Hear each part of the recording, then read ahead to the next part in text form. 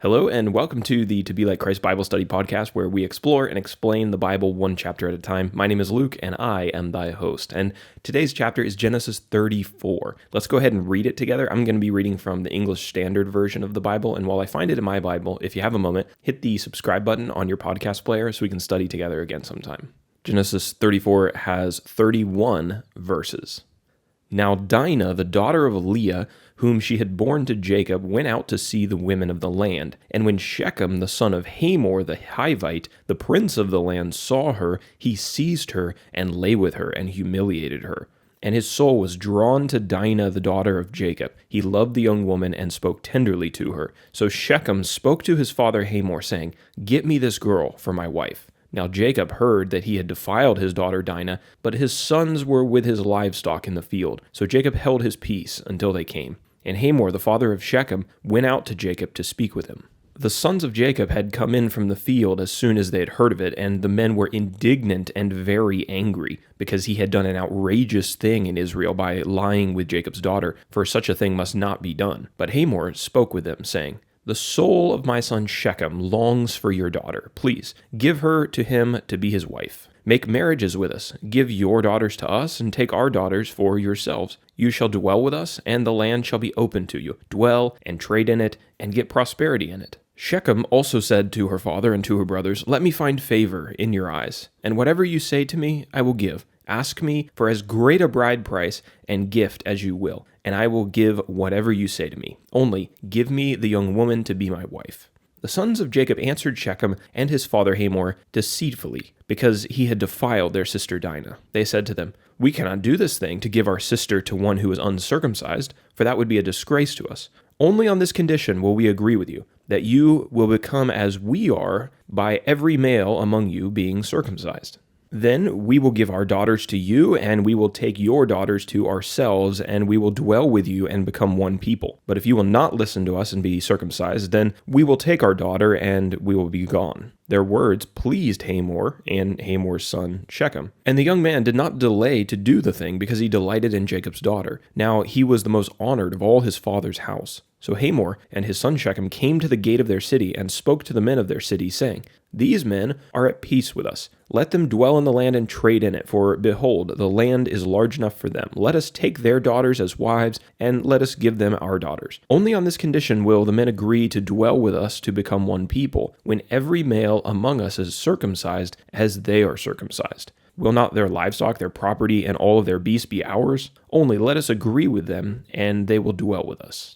And all who went out of the gate of his city listened to Hamor and his son Shechem, and every male was circumcised, all who went out of the gate of his city. On the third day, when they were sore, two of the sons of Jacob, Simeon and Levi, Dinah's brothers, took their swords and came against the city while it felt secure, and killed all the males. They killed Hamor and his son Shechem with the sword, and took Dinah out of Shechem's house and went away. The sons of Jacob came upon the slain and plundered the city, because they had defiled their sister. They took their flocks and their herds, their donkeys, and whatever was in the city and in the field, all their wealth, all their little ones and their wives, all that was in the houses they captured and plundered.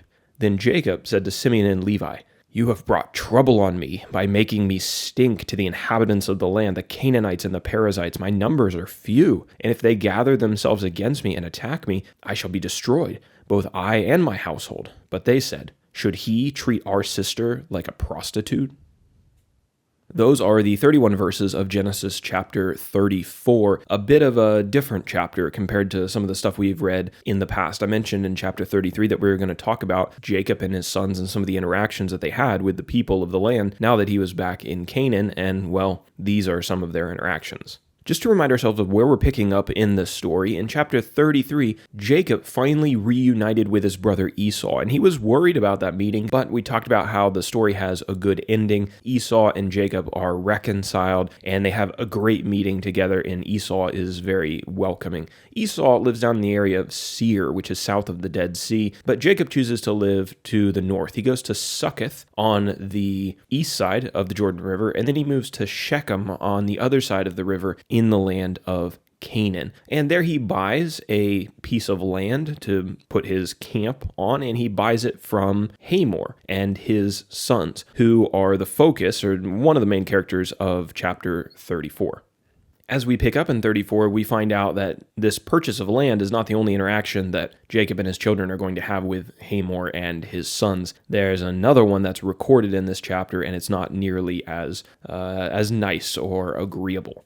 If you haven't already, I would encourage you to go out on our website at tobelikechrist.com, where you can download a free PDF. And this PDF is a concise summary of all the key details of the chapter. So if you want to save it in your files or print it off and store it away so you can reference it later, or maybe you want to use it to teach a Bible class or something like that, you can do that. So the PDFs are all free. If you would like to get a book that has all the PDFs and outlines for all 50 chapters of Genesis already printed off for you, you can get one on Amazon.com. Just search for To Be Like Christ Genesis. And there'll be links to both options down in the description.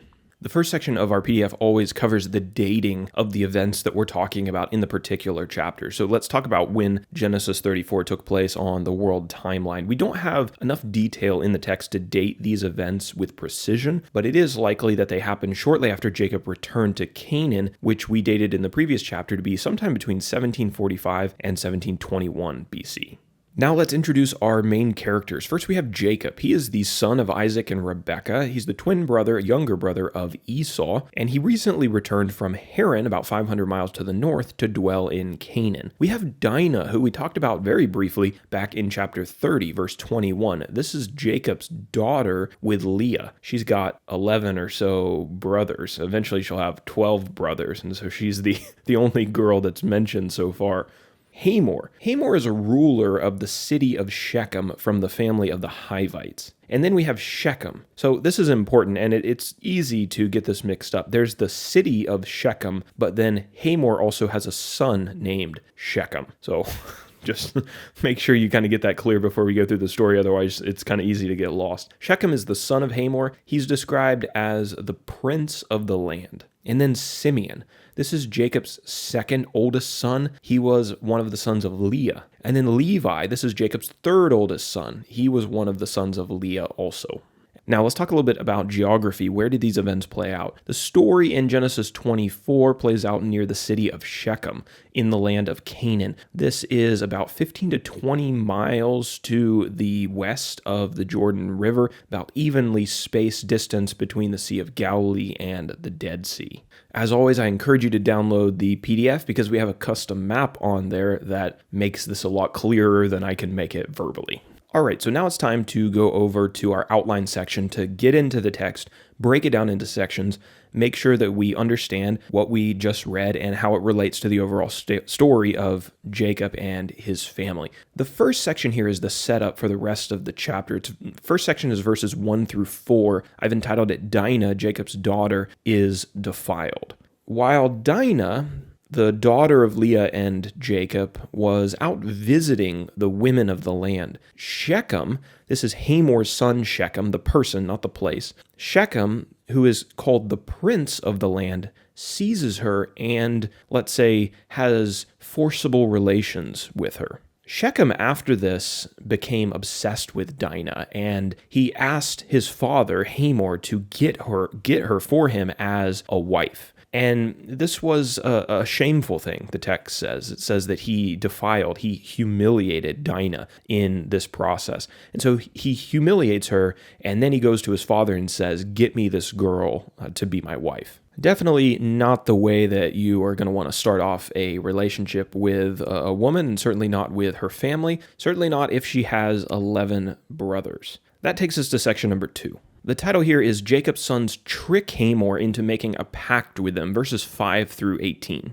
When Dinah's brothers heard what had happened to their sister, they were furious, as any brothers would be. But they were careful with the way that they displayed those emotions. When Hamor and Shechem came to speak with Jacob to ask for Dinah to be given to Shechem, they held their peace, the text says. So they're very careful because they're setting something up here. Hamor proposed a treaty between Jacob's family and the people of the land. He said, the land is prosperous, there's enough room here. Let's become friends and trade together and do business together. we'll give our daughters to your sons to be married, and vice versa, you give your daughters to us, and we'll just kind of all be one here, a happy big family. Shechem then, this son of Hamor who has defiled Dinah, he offers to pay any bride price that Jacob wanted for Dinah. Jacob's sons are the ones who respond to this, it seems. Jacob's sons pretend to agree with Hamor's proposal, but they told him that they would only accept it if he and all of his people were circumcised. You remember, Jacob's family, they were all circumcised because that was the sign of the covenant that God had made with Abraham, Isaac, and Jacob. All the men in the household of these men were supposed to be circumcised. And so the sons of Jacob say to Hamor, well, this sounds good, but in order for us to make this kind of pact with you, all of you and your family and your city, they need to be circumcised if we're going to have this kind of friendly relation.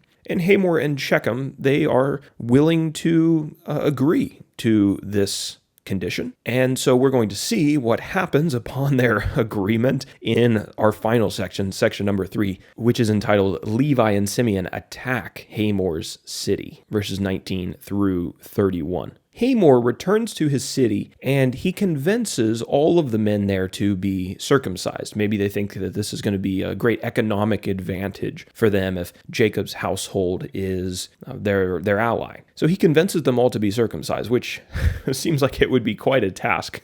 But the text seems to indicate that the people were very willing to do this. 3 days later, while the men are still healing from this operation, Levi and Simeon, 2 of Jacob's sons, attack the city with swords, and they kill all the men. So we find out that this was a setup. They said, oh, sure, Hamor, we'll be your friend. You just circumcise all of your men, right? So all of them are hurting. All of them are off their guard. They're recovering in their homes from their operation. And then Levi and Simeon come in and they take their swords and they kill all the men in the city as revenge for their prince defiling the dear sister of Jacob's sons. So they kill all the men, that includes Hamor and Shechem, and they take Dinah back to Jacob's house. Then we're told that the sons of Jacob plunder the entire city. They take all of the women, all of the children, and all of the animals. So Hamor and Shechem probably thought that they were going to be kind of forgiven, and this was going to be allowed to slide what Shechem had done to Dinah. But in fact,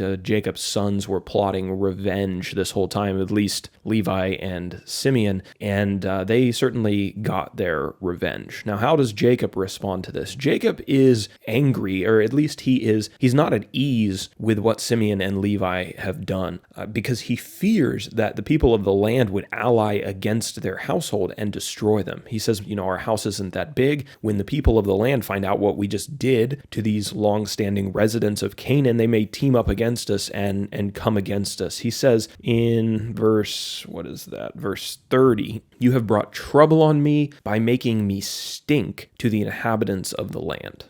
And the response of Simeon and Levi is a question. And they ask their father, should he treat our sister like a prostitute? He's not going to be allowed to treat our sister this way and get away with it. So we gave him what he deserved, essentially, is their response. And right there is where the chapter ends. And so we see that Jacob's first interactions with the people of the land after buying this land from Hamor and Shechem is not altogether positive. It's actually pretty negative. And now he's in this interesting position of being considered an enemy by all of his neighbors. So we'll see what happens to Jacob and his family and what comes of this in future chapters. This story is going to come up again it's going to be relevant when Jacob blesses his 12 sons near the end of his life. We're going to see this brought up by Jacob just before his death, very briefly, but keep it in mind because it will be mentioned later on in the book of Genesis. So that is our summary today for Genesis 34. And now, as always, let's finish up with an application. And I've mentioned this before, but it is a good reminder. Some of the lessons that I've brought up before, I didn't realize that I also later used as applications in some of my later studies. So forgive the repetition, but I think this is a good thing to remember. It's not so much an application as it is an observation that's important to keep in mind as we read the Bible and we interpret the Bible. The Bible doesn't always speak to the morality of the history that it records. If you're like me, after reading this story, you probably wanted to know God's thoughts on the matter. But you notice they're not mentioned. There's no statement from God that comes through after all these things have settled. In God's eyes, were Levi and Simeon, were they justified in their actions? Was their response too extreme? What did God think of Shechem's actions? Genesis 34 doesn't provide us with a definitive statement about who was right and who was wrong, to what degree they were right and to what degree they were wrong. This is just a record of history. So it's important for us to focus here on the information that we are given and to add it to the larger story that God is telling us through these narratives. So that's what we will do. We will store this one away. And as I mentioned, it's important to store it away because a reference to the story will appear later in the book. And if you don't take account of this story now, you won't get that reference later in the book. So lock it away in your mind and throw away the key so it stays there. That'll do it for our study in Genesis chapter 34 today. Thanks for joining me. Lord willing, we will be back tomorrow to talk about Genesis 35 and cover the last 15 chapters of the book of Genesis. Until then, I hope you have a fantastic day.